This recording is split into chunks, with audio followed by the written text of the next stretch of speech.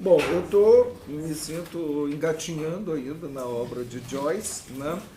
E, e no retrato também já apresentamos, não, acho que já nós já apresentamos alguns aspectos do retrato, de um retrato do artista quando jovem, do James Joyce. E acentuei da última vez, né, o primeiro capítulo, acentuando a questão da língua. Antes da gente passar para o segundo capítulo, que eu gostaria de trabalhar com vocês assim, né, detidamente esse texto, e aconselho vocês a lerem, né, o texto para a gente acompanhar e discutir, né, como um verdadeiro caso que nos interessa, né, da psicanálise, que o próprio Lacan diz que quando a gente vai à literatura, vai ao teatro, vai às artes, a gente está fazendo psicanálise prática também. Ele fala sobre isso, né, no seminário, desde o seminário 11. Não se trata da psicanálise aplicada, mas é como a gente aprende a partir da arte, né,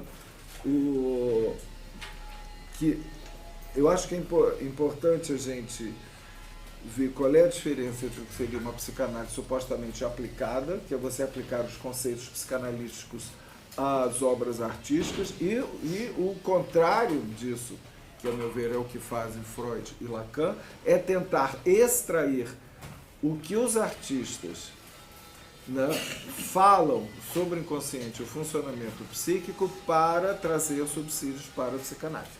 Eu acho que é isso que Lacan faz com Joyce, né?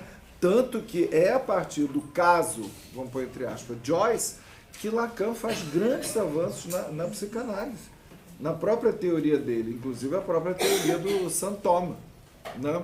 A língua, né, que nós estamos trabalhando mais a questão da língua, ainda não vimos propriamente, já trabalhamos um pouco a questão dos nós, no sintoma, vamos aprofundar mais, e hoje eu queria assim retomar essa trajetória do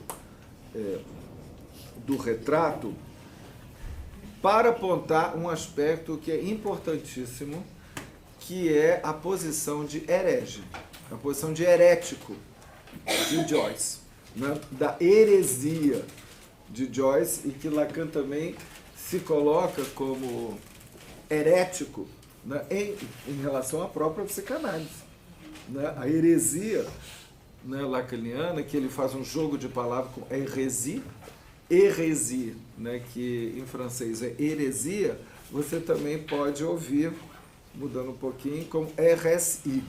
Né? Então a heresia lacaniana é o RSI, né, digamos, a heresia que ele faz em relação à própria obra dele, quando ele vai avançar essa última parte do ensino dele.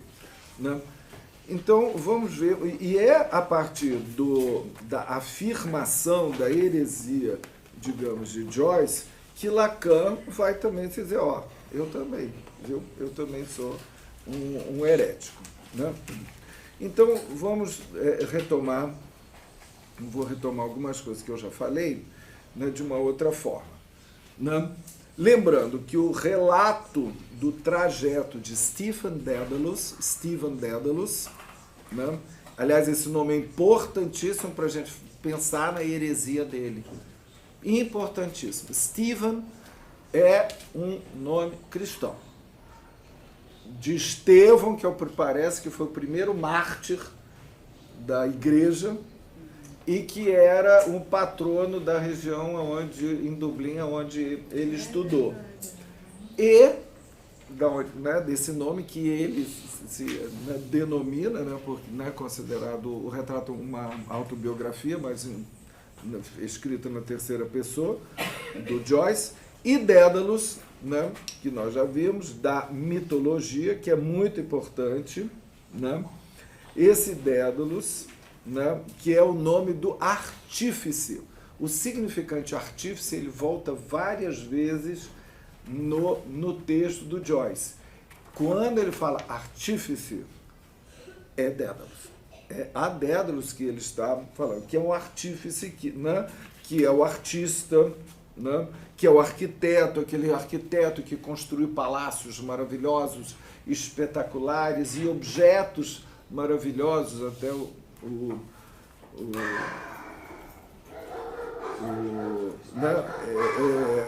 já chamaram a atenção, não sei se foi o Jacobert, sobre de objetos agalmáticos, objetos preciosos que ele fazia, né? Objetos assim fantásticos, digamos assim.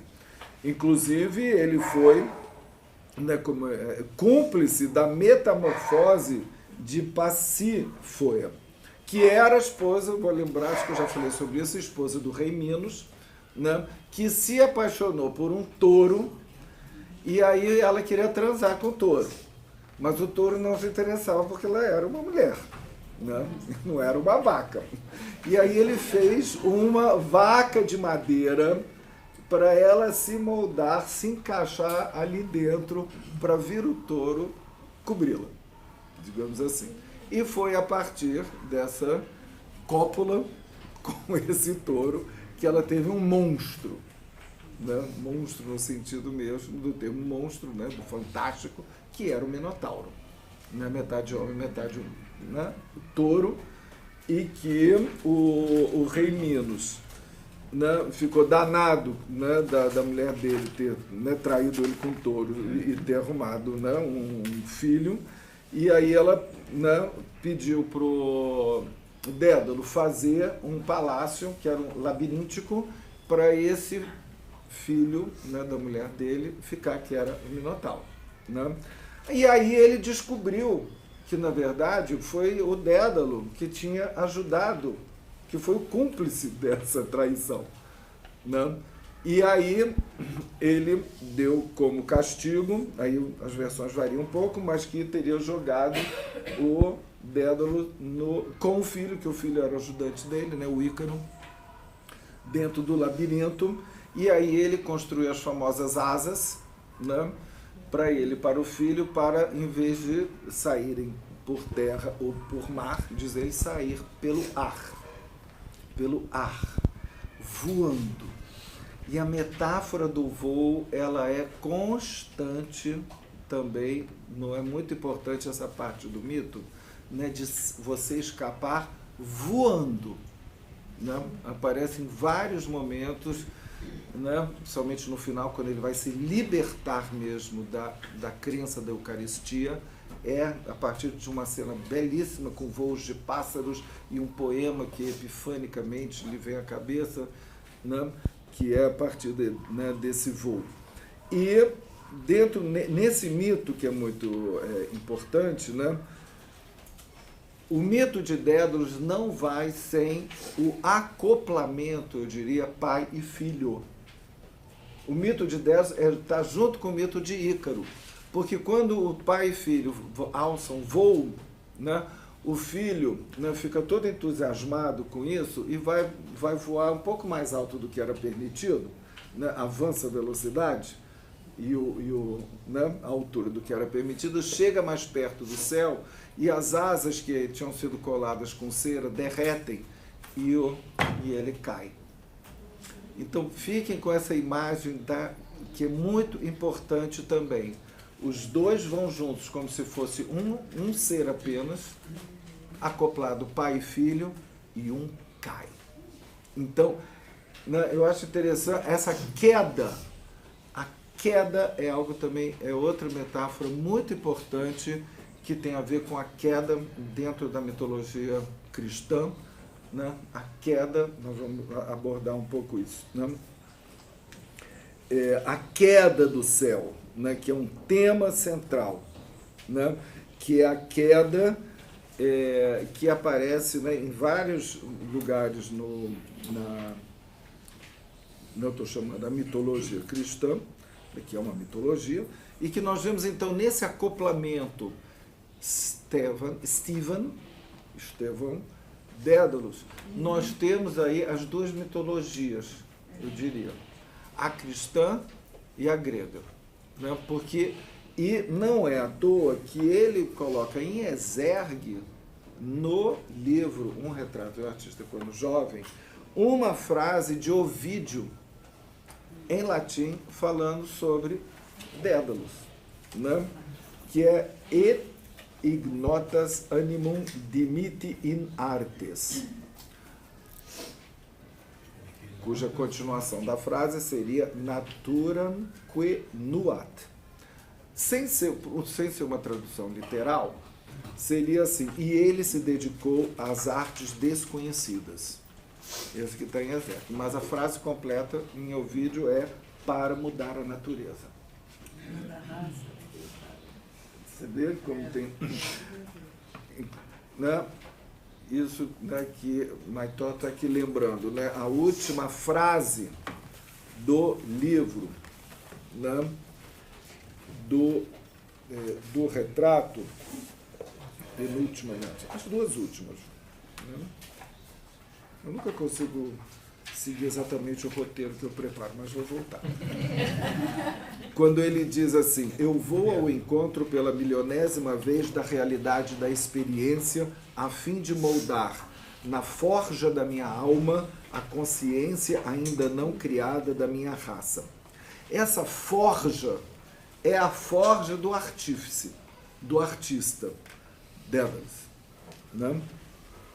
E aí ele diz: velho pai, velho artífice, mantém-me agora e sempre em boa forma. Velho pai.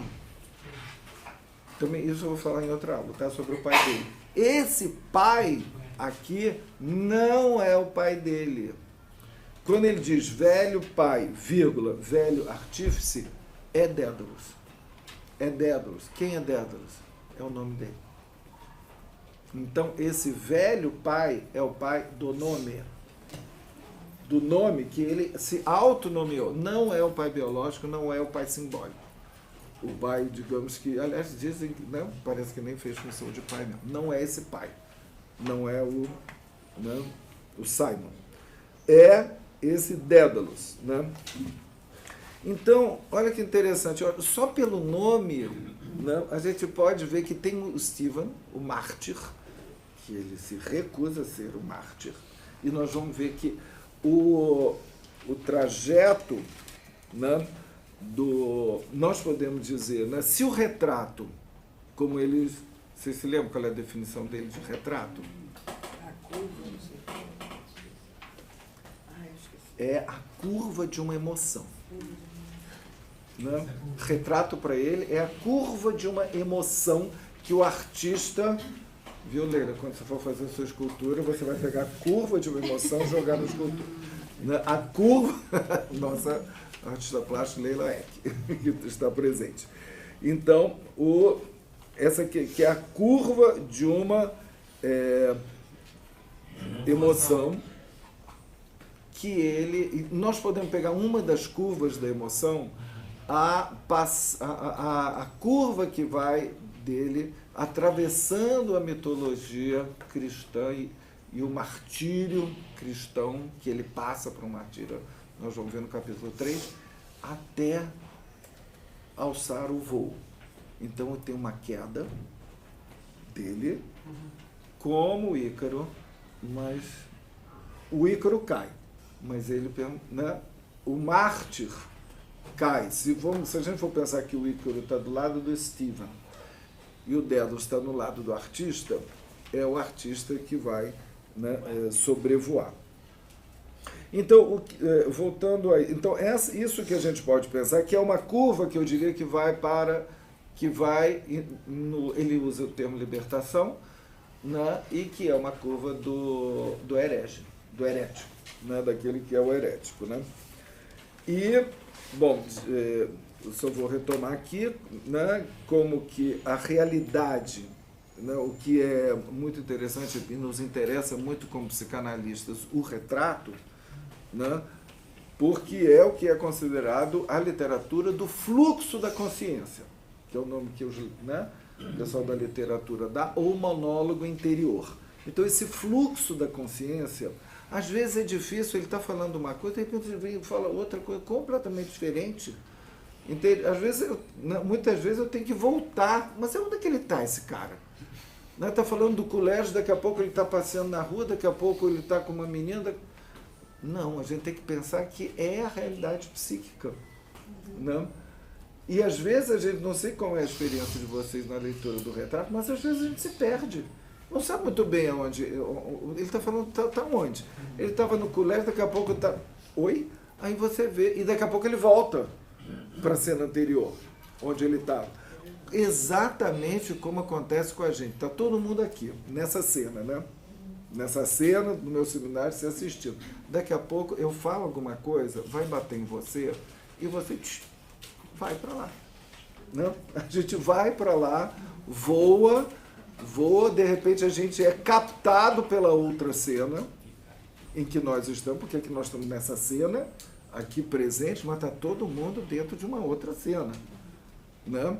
E essa cena está sempre nos captando. E é isso, e o Joyce retrata isso maravilhosamente bem. Ele está aqui nessa cena, de repente ele vê esse copo, e esse copo já joga ele para outro lugar, e ele vai, não sei o que, aí você perde. O que o Neto estava falando mesmo? Já perdeu, daí tenta voltar. Né? Como o que a gente viu, por exemplo, da palavra suck. Lembra da última aula? O suck, que ele ouviu o outro garoto chamando o outro de suck, que é puxa-saco. Aí o suck levou o significante suck, suck, suck, e aí levou ao barulho da água escorrendo numa pia, por uma cena onde tem isso. Aí também o kiss, kiss. Por isso que é importante a gente estar lendo sempre em português e inglês. Né? Eu acho essa tradução, desculpe ao tradutor, mas acho muito problemática. Eu não sei, já me falaram de uma outra tradução, mas que eu não tive acesso, essa do Zé Geraldo Vieira, acho um pouco problemática, porque não leva em consideração isso, que é a sonoridade das palavras, que é o intraduzível. Tinha que ter uma tradução, eu acho, toda anotada, ou talvez até bilíngue, né? Mas anotada para a gente, né, perceber isso. Né? Então, o que que essa realidade, sem disfarces, né, ela é captada e mesclada através da realidade psíquica. Podemos dizer, a outra cena vai se mesclando e miscuindo com a cena, né, do protagonista, autor, né, que diante de nós vai desfilando então as percepções do mundo, pensamentos, desejos, temores, sentimentos, prazeres de toda a ordem, descrição de diálogos, do qual ele fica até meio distanciado, ele fala, né? Ouvidos com participação, sem participação, visões, alucinações, sonhos, devaneios, enfim, é isso, o retrato é o retrato do seu fluxo de ideias e sensações como uma associação livre, né, que se solicita ao analisante no processo analítico e que Freud confessa utilizar quando ele escreve também. O Freud diz assim, escrever é você se colocar em estado de associação livre. Aliás, uma boa dica para todo mundo, viu? Vai escrevendo, passa pela cabeça. A gente não consegue porque a gente se censura, né? Fica pensando no outro, né? Mas é uma boa dica para mestrandos, doutorandos, para todo mundo. É associação livre. Hã? Depois você bota o sensor para funcionar. Se você puser antes, não sai. Não é? Mas isso, né? E é isso que ele chama, né, desse retrato, que não tem nada a ver, né, com o retrato, mas com a curva de uma emoção, né? E que que emoção é essa? A emoção, nós podemos seguir as emoções, né? Que eu resumiria assim, né? A curva, né, que começa com as vozes do pai, né, e da mãe, né? Vocês se lembram? O pai contando a historinha, a mãe cantando e ele dançando, né? Não vou retomar isso. E aí ele expressa um desejo sexual pela vizinha, Aileen, vem, aí ele expressa, quando eu crescer quero casar com a Aileen, isso se esconde debaixo da mesa, assim com vergonha do que falou, aí a mãe e a tia dizem assim, o que é isso? Sai aí dessa mesa, venha se desculpar, e aí a tia ameaça, se você não se desculpar, as águias virão arrancar seus olhos. E ele tem a primeira epifania, eu diria, super egóica. Apologize por all his eyes. desculpar, seus olhos arrancar. E aí tem, podemos dizer, que é muito interessante, eu já arriscaria uma interpretação. O que acontece estruturalmente? Ele expressa um desejo. Esse desejo foi imediatamente censurado. Censurado com o quê? Com arrancamento dos olhos. Isso não lembra ninguém a vocês? Édipo. Olha só, a castração. Na primeira cena, a gente vê uma cena onde temos a estrutura a entrada na língua dele é imediatamente articulada com o trauma da entrada na sexualidade. Agora, o que é uma coisa incrível é que isso vem, eu diria, no real. Quando ele começa a vir na cabeça dele, apologize por out his eyes, apologize por out his eyes, apologize. Entende? Já viu isso de uma forma poética. Vamos concordar? Não? Não é como o nosso amigo aqui traduziu. Olha como é que ele traduziu. Vê se vocês não acham que é diferente. Arranca os olhos desse freguês. Então você disse isso outra vez? Então você disse isso outra vez. Arranca os olhos desse freguês.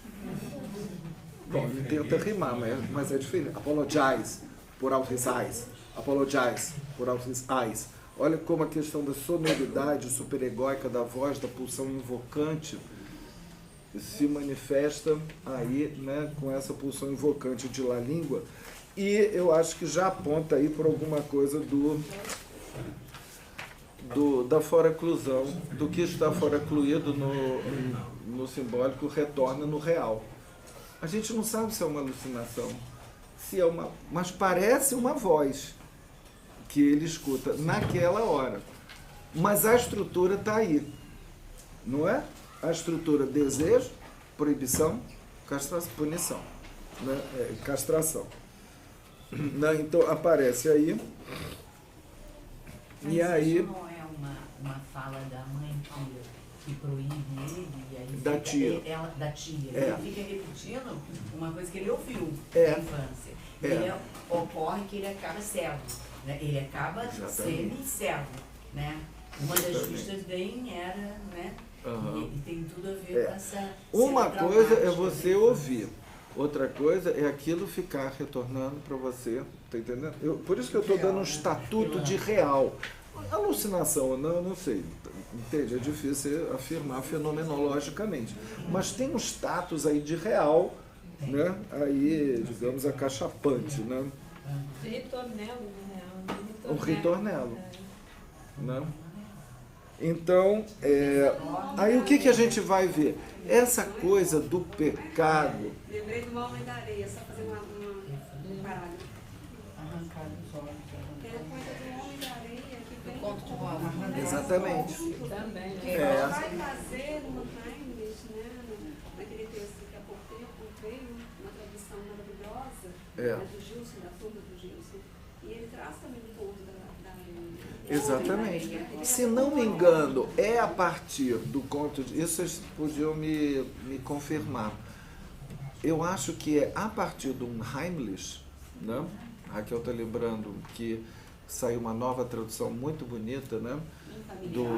Que deu o nome que é mais apropriado, né, da tradução do Heimlich, que é o infamiliar, né? Que é uma tradução melhor, né?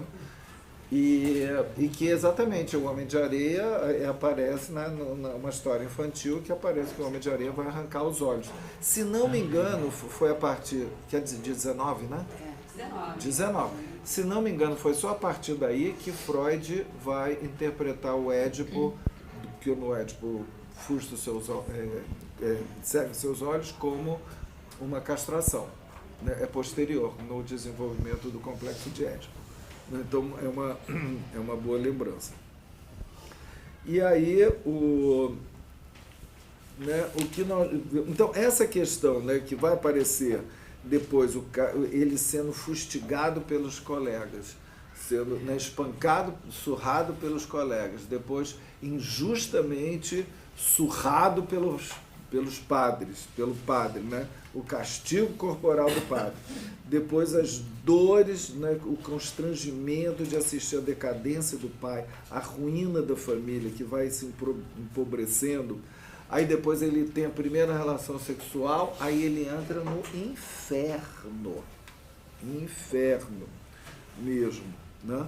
Que é o capítulo 3, quando ele vai para um retiro. O retiro espiritual é só sobre o inferno. O tema é o inferno, e é um dos infernos mais apavorantes, vamos chegar lá no capítulo 3, né, que a gente pode imaginar. Ele sai do inferno, o inferno da religião, que alimentam a culpa e vão fornecendo as piores imagens de castigo, né, para as crianças se martirizarem, né, por terem pecado. Quem foi educado nessa mitologia sabe que quando você se confessa, você tem que confessar que eu pequei em pensamentos, palavras e atos. Não é só ato, não. Se você pensar, pensou, já pecou. Então vocês imaginam como é uma religião que dá todos os subsídios super-egóicos para você sentir o olhar e a voz do outro o tempo todo presente, né? É um imaginário, né, bastante rico, digamos assim, né? Então nós vemos essa curva da emoção. Nessa curva da emoção dele, que entra naquele inferno, ele é absolvido. Na confissão, ele nem acredita quando é absolvido, ele entra num estado de alívio enorme, e aí começa até a flertar com a ideia de ser padre, mas depois ele... E aí é muito interessante, nós vamos ver, quando o padre vai mostrar vai tentar seduzi-lo para ser padre, com um discurso sobre o poder que os padres têm, né? E ele vai rezar, né, para que Deus dê a ele, né, revele a ele a sua verdadeira vocação, que não é para que... É tipo louco, não é louco quem quer, né? É louco quem pode, né? A mesma coisa do padre. Né? Não é quem quer, não. É quem recebe, né, a revelação, digamos assim, né? E essa revelação que ele fica no momento esperando de ser revelado que ele tem uma vocação de padre, não advém, mas advém a revelação de que ele é um artista, que vai acontecer, né, no capítulo 4. Mas aí, né, e aí continua a curva da emoção, do rompimento com a família, né, do rompimento com o pai bêbado, decadente, responsável, e com uma mãe fervorosa, superegóica, que queria que ele fosse um cristão exemplar. Não, aí ele rompe com os ensinamentos cristãos e assume-se então como herege e artista. Mas essa passagem, para ele chegar a ser artista, ele precisa negar, né?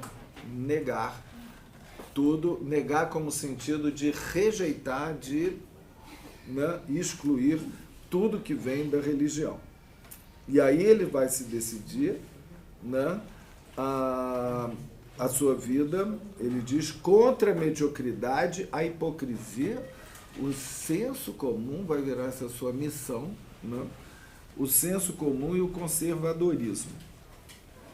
Né? E aí ele quer, como diz não no retrato, mas no primeiro artigo sobre o retrato que ele faz, né? Ele diz, reunir os filhos do Espírito contra a fraude e a hierarquia do principado. Essa hierarquia do principado é a igreja, né? E aí ele diz, não, vai ser o que nós vamos ver, moldar na forja da minha alma a consciência não criada ou incriada da nova raça. Então, nesse movimento, o que nós vemos? Para ele se liberar das amarras né, das dores e da culpa que ele entra, ou seja, do inferno, dentro da fantasmagoria cristã, ele coloca um nego, no lugar do credo. Já falei sobre isso aqui? Não. Não, né? Já? Não. Na primeira? Então eu vou falar um pouco mais. Cada um está numa outra cena. Que é esse nego. O nego. Eu nego. Que é eu nego que vem no lugar do credo. Do credo de crer em Deus Pai Todo-Poderoso, o Criador do céu e da terra. Como é que continua? Não me lembro. Né? Que é o credo. E aí ele põe um nego. Então, vocês substituem a palavra nego, o credo pelo nego. Não é creio em Deus Pai, não. É nego que Deus Pai seja poderoso, Criador do céu e da terra. Nego que seja... nego. Né? Essa negação. Então, eu nego em vez do credo. Ele vai passar por isso, nessa curva de emoção, do retrato. Né? E aí, ele, ao negar tudo isso, né, podemos dizer que ele faz um rompimento com o outro, o grande outro. Né? Esse outro, que não é apenas a igreja, mas também é a família e a Irlanda. Né? A família, a igreja e a Irlanda. Né?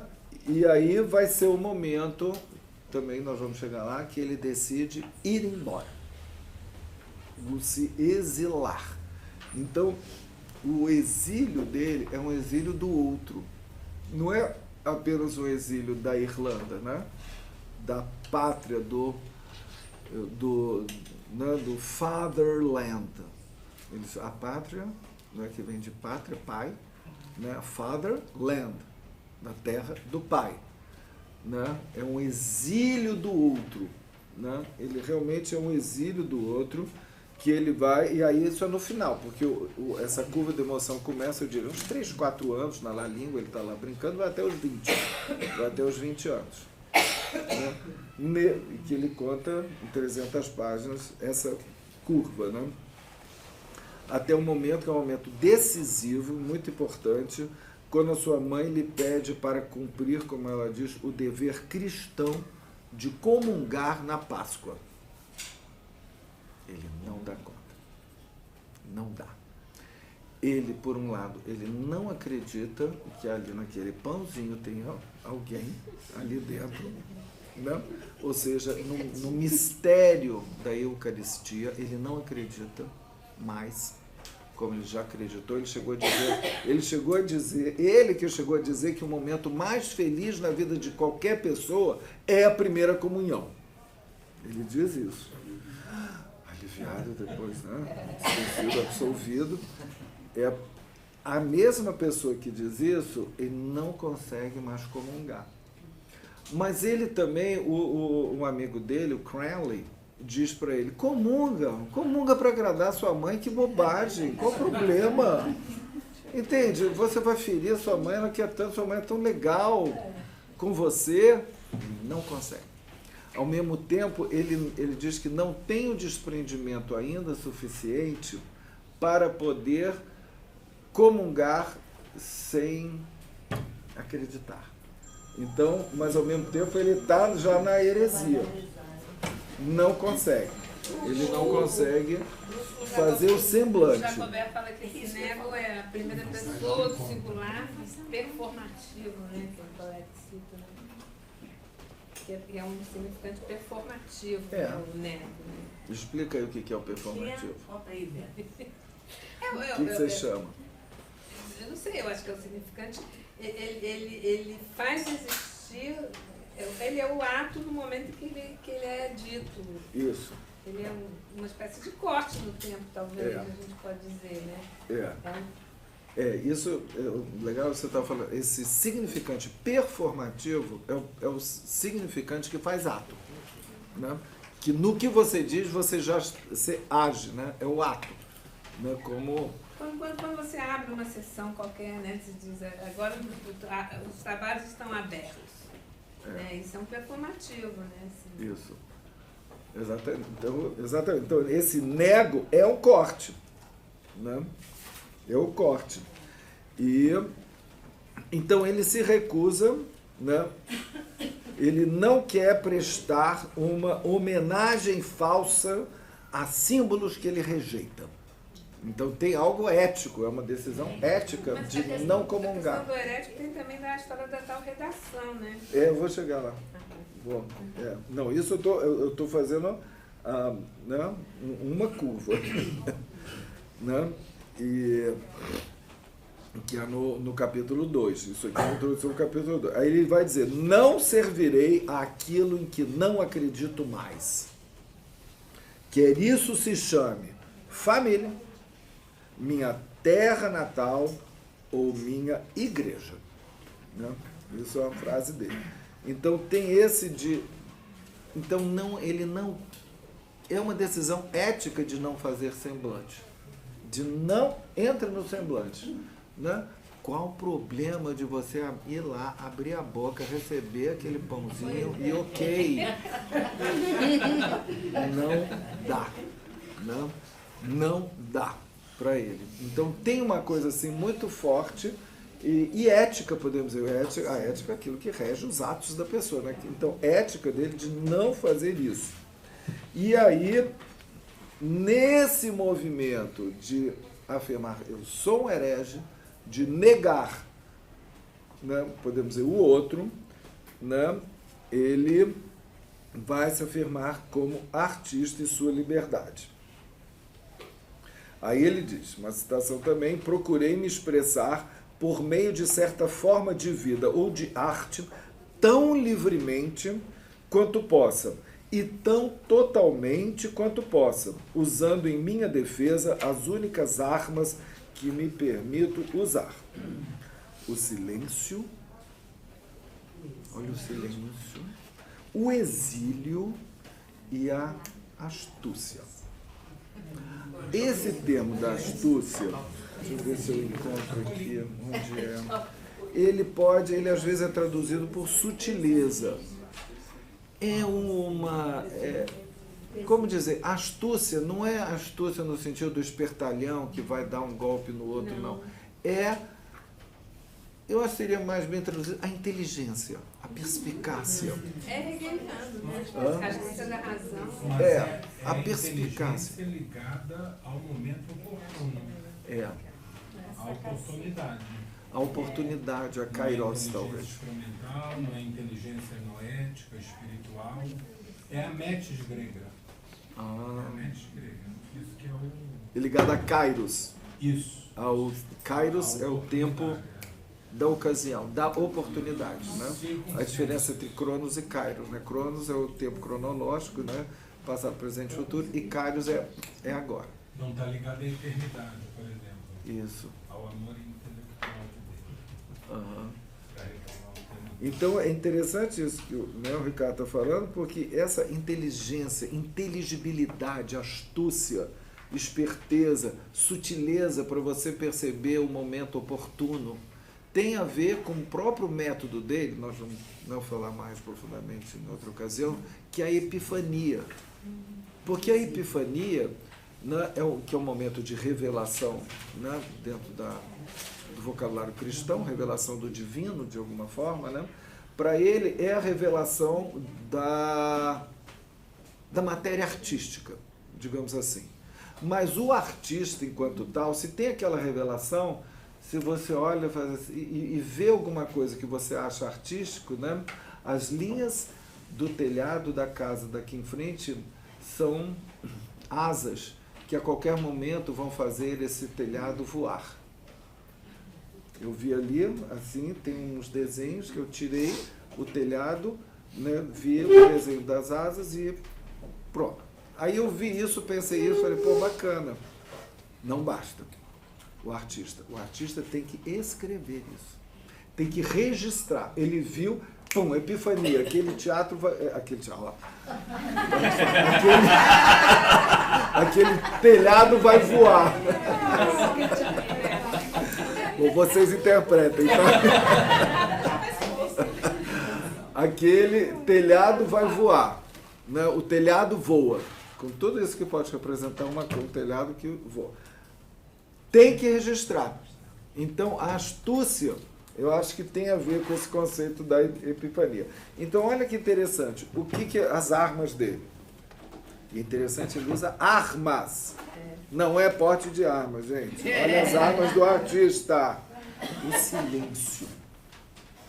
O silêncio implica, assim como o exílio, o isolamento. A gente tem que sair, tem que estar o momento da criação é só.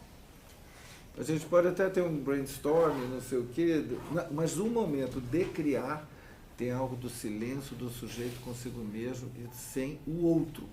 Então tem algo aí do exílio também, sem outro, sem o grande outro. E podemos pensar que isso tem a ver com ex nihilo também, é do nada. Se o outro é o tesouro dos significantes, né? Então para você criar, é você, como ele vai dizer ali, arranquei do meu tesouro a frase, né, que vai decidir que ele é artista, que está no capítulo 3. 3 não, 4, tem razão. É necessário, tem algo do ex nihilo, do fora, do sem outro. Né? E a astúcia também? Como? Mas e a astúcia? Uhum. Pode ser sem outro? A astúcia, eu acho que tem a ver com algo que ele, né, vai tentar desenvolver na teoria estética dele. Né? Vamos ver isso depois. A partir, né, de São Tomás de Aquino, ele vai tentar falar sobre o que é essa inteligibilidade, como é que vem a arte, né, que é uma grande preocupação dele. Ele tenta falar sobre isso, né? Como é que vem isso. Então, esse exílio do outro é também, ao se liberar da igreja, da Irlanda, da família, que para eles são figuras do outro opressor. Né?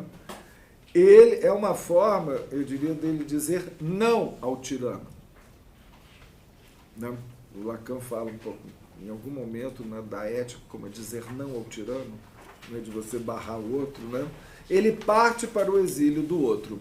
E ele vai levar tão longe esse exílio a ponto de se exilar da língua inglesa. Né?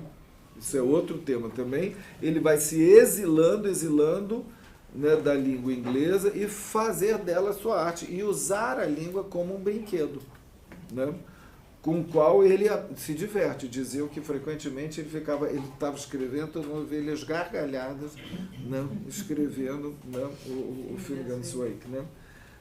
E é muito engraçado mesmo. Né? É o inconsciente espirituoso, o inconsciente engraçado. Né? E aí vai mesclando as línguas e tudo mais, né? E para deixar para nós esse enigma. Né?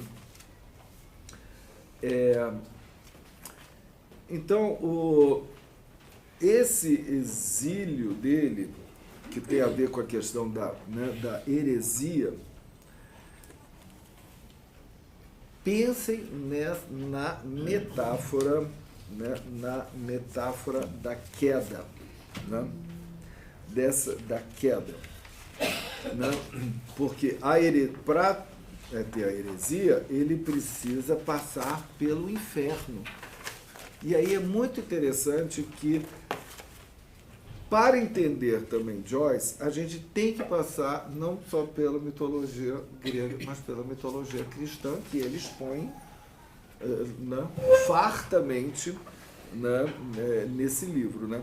Então, a questão da queda e do voo, eu acho que são aí contrapontos muito interessantes. Né? E essa queda do céu, né, que é um tema central do retrato, principalmente no capítulo 3, né, que é o capítulo que ele vai fazer o retiro com os padres, onde vai falar do inferno. Né? E no início, né, como é que descreve? Vou lembrar para vocês e falar para quem não conhece essa mitologia. Adão e Eva, né, meus caros meninos, foram, como sabem, nossos primeiros pais. E a vez de recordar, né? Aí ele diz: Adão e Eva foram criados, né, por Deus e colocados no Éden, na planície de Damasco, esse jardim admirável, todo resplandecente de sol e de cor, de abundante, luxuriante, vegetação, né? Mas havia uma condição imposta por Deus, que é a obediência à sua palavra. Então tem uma coisa que não é o não poder comer o fruto, não. É a obediência à palavra de Deus. Então é ao outro, né? A palavra do outro. Mas, meus queridos meninos, também eles caíram, né? Eles caíram, né? O demônio, outrora um anjo resplandecente, um filho da manhã, mas agora um verdadeiro monstro, né? Porque tem a história de Lúcifer, que era um anjo também. E o anjo, Lúcifer, é um anjo caído também. Tem também a ver com a metáfora do Ícaro. Então, Lúcifer caiu como anjo, Adão e Eva, né, caíram. Eva, então, aí veio, ele apareceu sob a forma de uma serpente, né, que é o mais astuto de todos os animais da terra. Eva rendeu-se às manhas do animal tentador, né, comeu a maçã, deu a Adão, que não teve coragem de lhe resistir. O veneno da língua de Satanás tinha feito a sua obra. É tudo pela palavra. Foi a língua de Satanás, foi a palavra de Deus. Então tem a ver também depois com a questão da rejeição, né, da língua. A língua eles, né, o veneno da língua de Satanás tinha feito sua obra, eles caíram. E é repetido insistentemente no sermão do padre. Um pecado, um instante de orgulho rebelado do intelecto, fez Lúcifer e uma parte das coortes dos anjos tombar do alto de sua glória. Né? Um pecado, um instante de loucura e um fracasso expulsou Adão e Eva do Éden, né? E trouxe a morte, o sofrimento para o mundo. Bom, evidentemente que os meninos não são imbecis, eles sabem muito bem que esse pecado é o pecado de que comer o fruto proibido, né, é o pecado da relação sexual, né?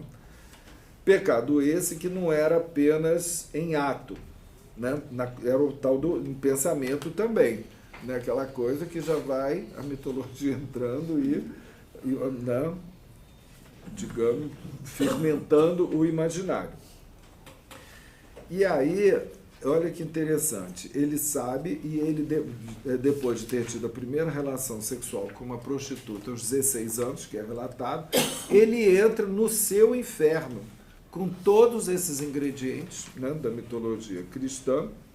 E aí, quando ele se dirige a uma capela, e aí ele quer se confessar, mas ele não tem coragem de confessar no colégio, né, porque ele tem medo que alguém ouça, né?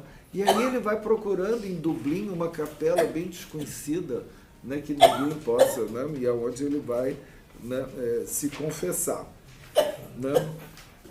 E aí para se confessar, e aí ele está andando pelas ruas, que tem um monte de prostitutas, e ele pensa em como ele havia caído. Olha a questão da queda. Ele já havia caído, né? Ao sentir que aquelas almas, as almas das prostitutas, ainda eram mais caras a Deus do que a sua. E aí o que acontece? Olha que fenômeno corporal, nós estamos trabalhando a questão do corpo. O que ele sente no seu corpo?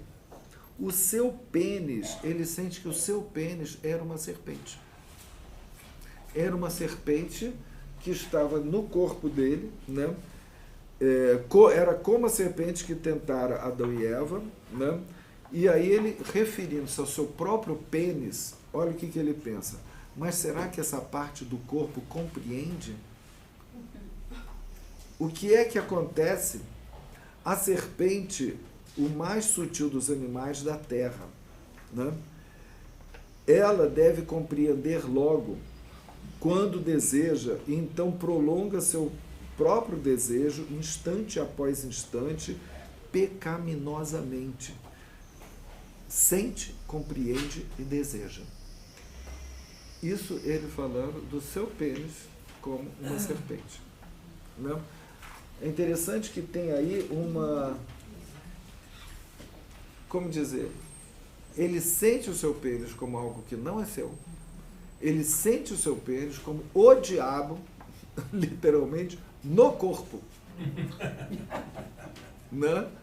O pênis é a representação do diabo no corpo. Você não acha isso uma loucura? A gente não sabe até que ponto é metafórico ou se não é metafórico, se é as palavras que o menino encontra ao sentir aquela... Lacan chega a falar aquela eteridade do pênis em relação ao corpo. Lacan fala isso em RSI em relação ao Hans. Como o Hans, o pequeno Hans, sente as ereções como da ordem de uma alteridade tão radical que Lacan coloca o nome aí de eteridade. Os homens dizem, o Zezinho, esse cara. É se refere verdade. desse jeito.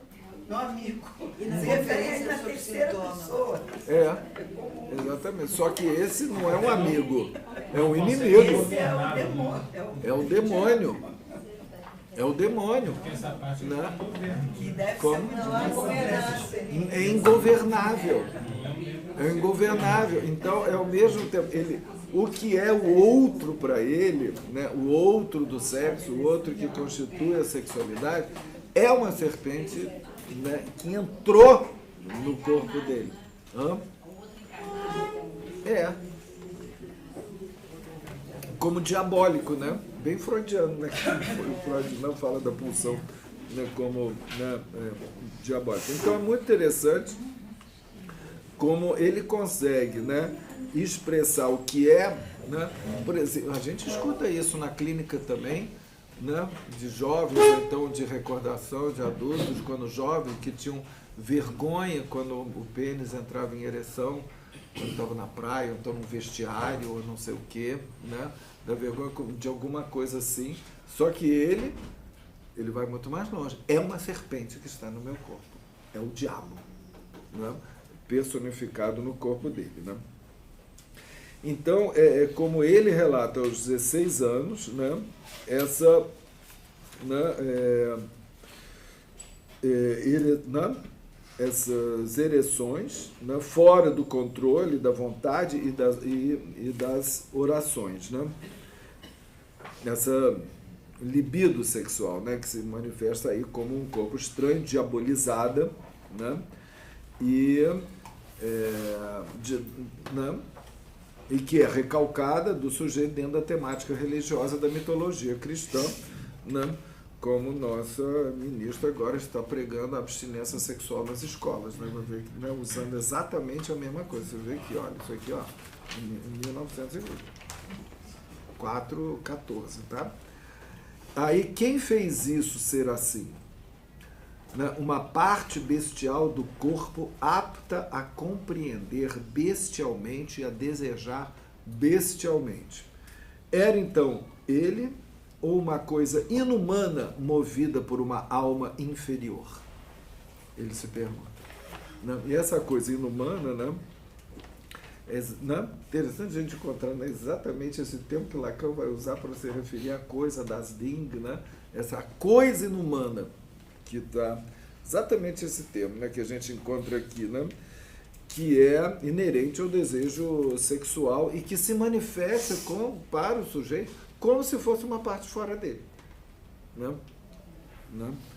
E que é a sua própria eteridade, né, manifestada no corpo, né?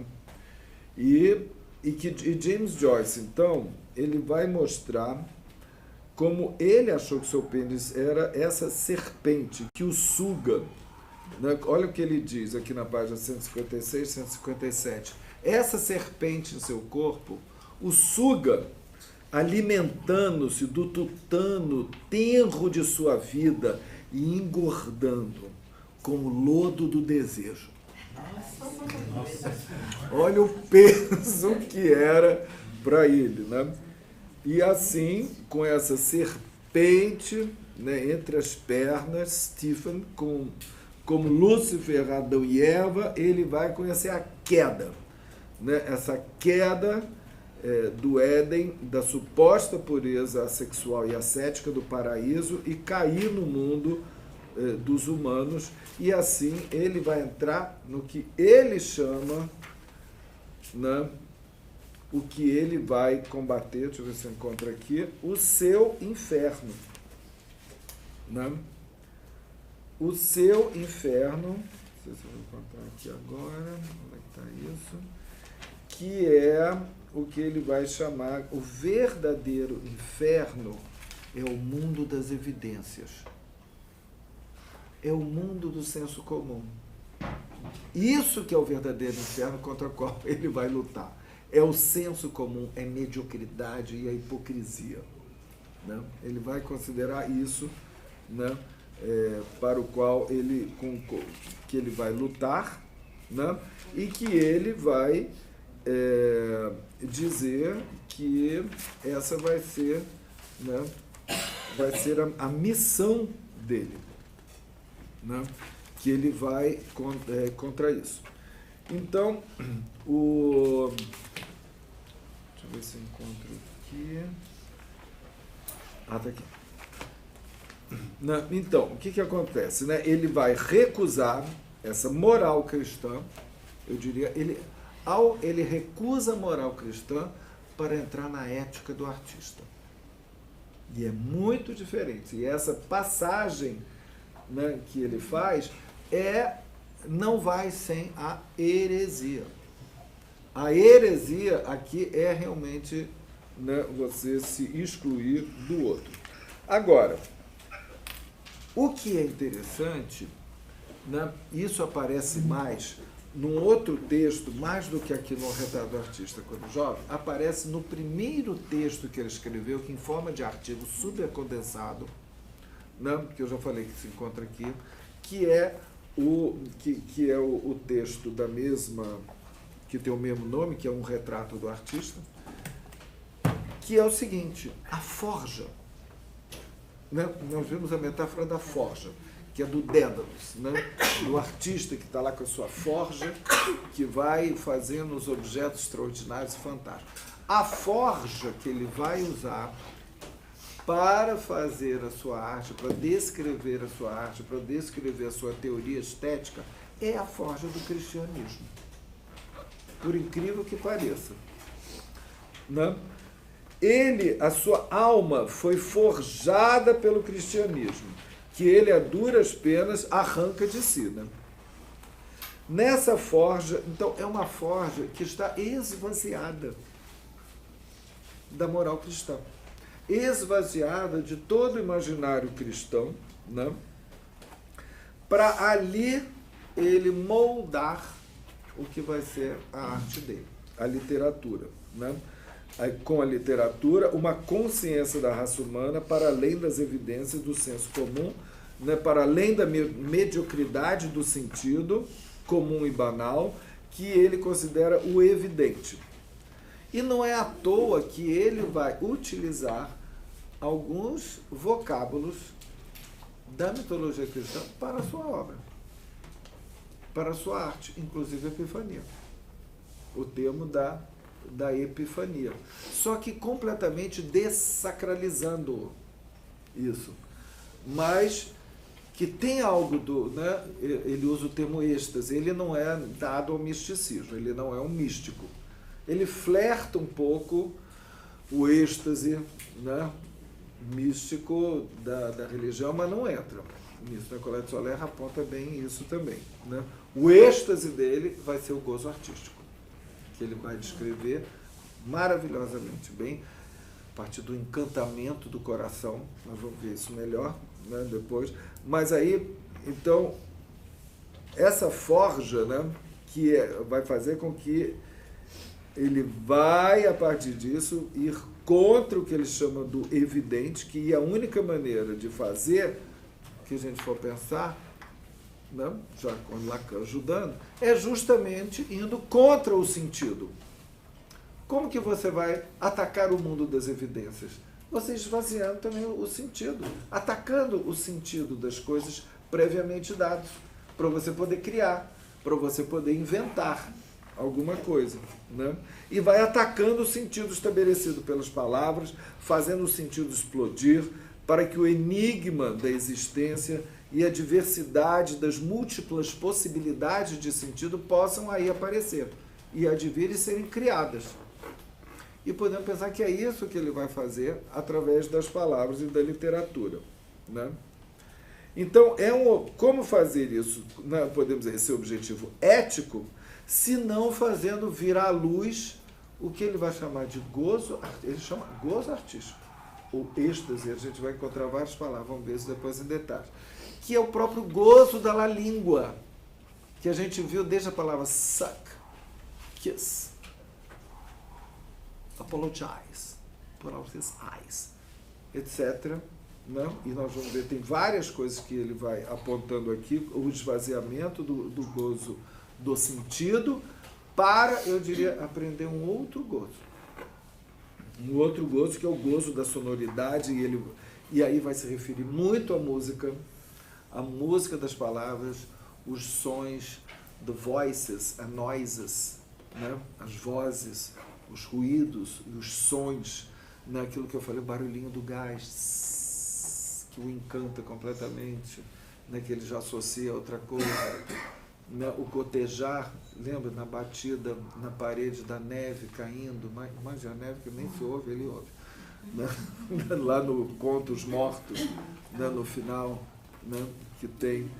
E, então, a sua alma forjada no inferno cristão, uma vez esvaziada de todo o imaginário dos castigos, penitências, fogos e torturas corporais, ele se dedica, com propósito ético, né, a forjar uma nova raça de homens. Né? Não querendo, mas já comparando com o Schreber tinha o objetivo de formar uma nova raça de homens schreberianos, né, depois do fim do mundo, etc. Aqui, né, é um objetivo ético, literário. O Nietzsche também. Nietzsche também. Não. Doidos maravilhosos, né? Que nos apontam talvez essa possibilidade de criar algo novo fora da instância paterna, né? Então, e aí ele vai atacar o que ele chama o inferno dos infernos, né? Que é a região onde qualquer coisa aparece como evidente. Queria ser lido durante 300 anos, né? Que é bastante desejoso, né? É o mínimo se possa dizer. Com certeza, né? Então, podemos dizer que ele vai aí sacudir essa cristalização das palavras, escravizadas pelo sentido, né? Para fazer brilhar outra coisa, o cristal da língua. Ele vai contra a cristalização das palavras para fazer brilhar o cristal da língua. Né? Bom, então podemos parar por aqui.